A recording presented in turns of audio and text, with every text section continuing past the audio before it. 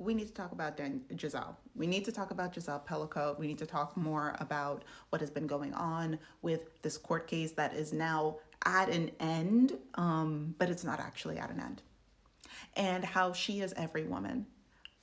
The level of bravery that this woman has shown, has showcased for the sake of transparency beyond what most of us are used to seeing is okay. Let me summarize for the people that are unfamiliar with this case. So this woman is the victim of a mass grape.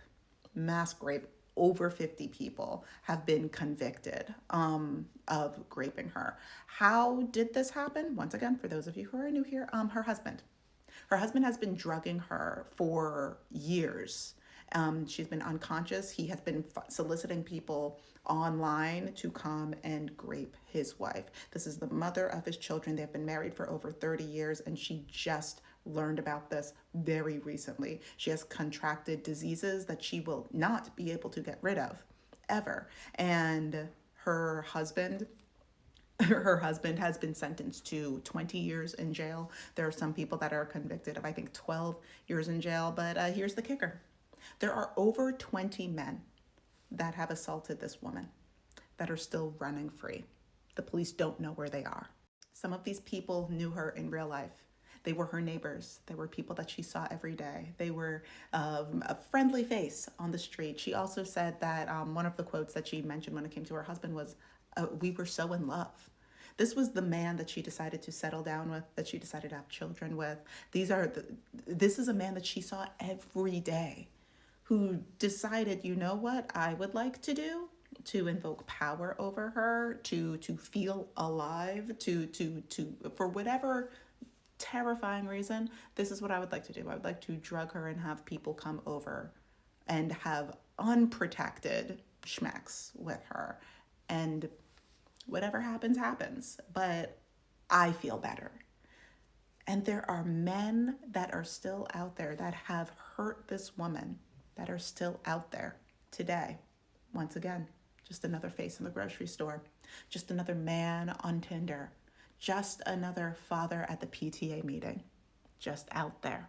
Now, at some point in this court, in this giant court, in this trial, there were all of the men, they came up, they were questioned. She showed her face. Some of these men, most of these men tried their best to hide their face. They asked for forgiveness. They apologized. They said how sorry they were to their families. Very few of them actually apologized to her. It was just, oh my goodness, it's monsters. Monsters. They cannot be rehabilitated. And the idea that the person that conducted this level of torture only has 20 years. One, they gonna get him in that prison. But two, 20 years for that level of violence. It lets you know what the court systems are really about. And I know that I talk a lot about American politics. This is happening in France. This is a global phenomenon. Women people with uteruses, marginalized people in general, standing up against their oppressor, having to show their entire face, be so incredibly vulnerable, to be consistently, yes, okay, he was convicted. Yes, okay, the other 50 men were convicted in varying degrees. The amount of vulnerability that this woman has had to show consistently for the sake of trying to make progressive laws or rulings for other people, because at this point it's just her history, it's just the facts of her life. This is a thing that happened to her, and hopefully in her doing this, it can make things better for other people moving forward. But even in the midst of this is national news. Trump is named Times Person of the Year. Now, some people have been online anyway, have said, you know what, the men that have hurt this woman, that have tortured this woman, death penalty. They're like, they would not be breathing.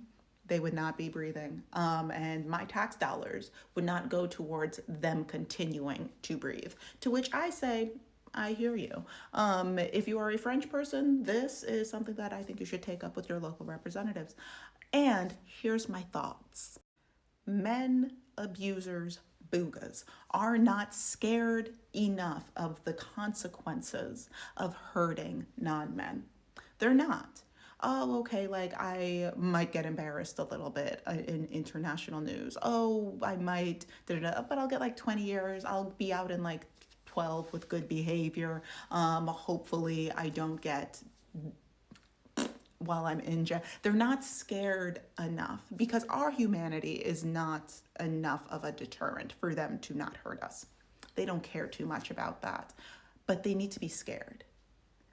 At this point, they need to be scared. 20 years, that's not scary enough. The fact that there are over 20 other people just roaming around, living their day-to-day lives, being parents, being mailmen, being police officers, being whoever they are, talking to women, engaging with non-men.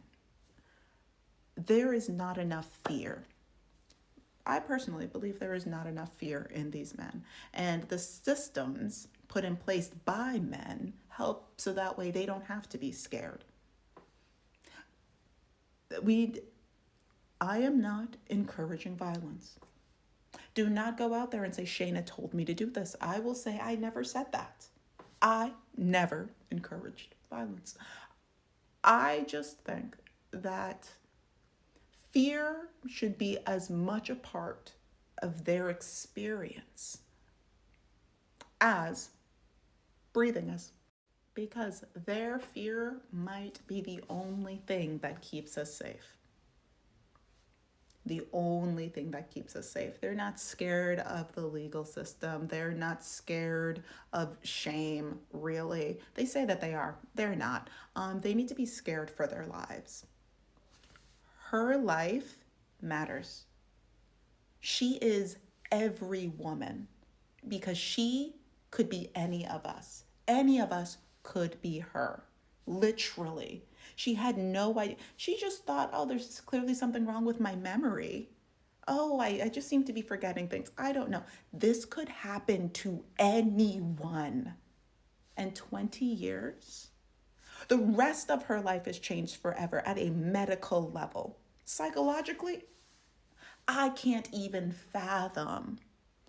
20 years? Really? When I said we need to be decentering these men, if you choose to engage with a man, I have talked so much about how straightness and an attraction to men is a plague, I experience this plague. I get it. I'm speaking from a place of personal sadness. There is such a real threat that we have to live with if we choose to engage. She could be any one of us, which means that this result could happen to any one of us. Men need to know fear. A deep, spiritual, eternal, the fear of God they need to have. And I'm not even speaking religiously necessarily, but that everlasting hellfire kind of fear. That fear that you really understand when you've gone through Sunday school for most of your life. That, what is it, CDC? Is it CDC? That CCD level fear, that's what they need to have. That's what they need to have. Those are my thoughts on that. I would love to hear your thoughts. Please tippity type them away in the comment section and be safe out there. Oh God, be safe out there.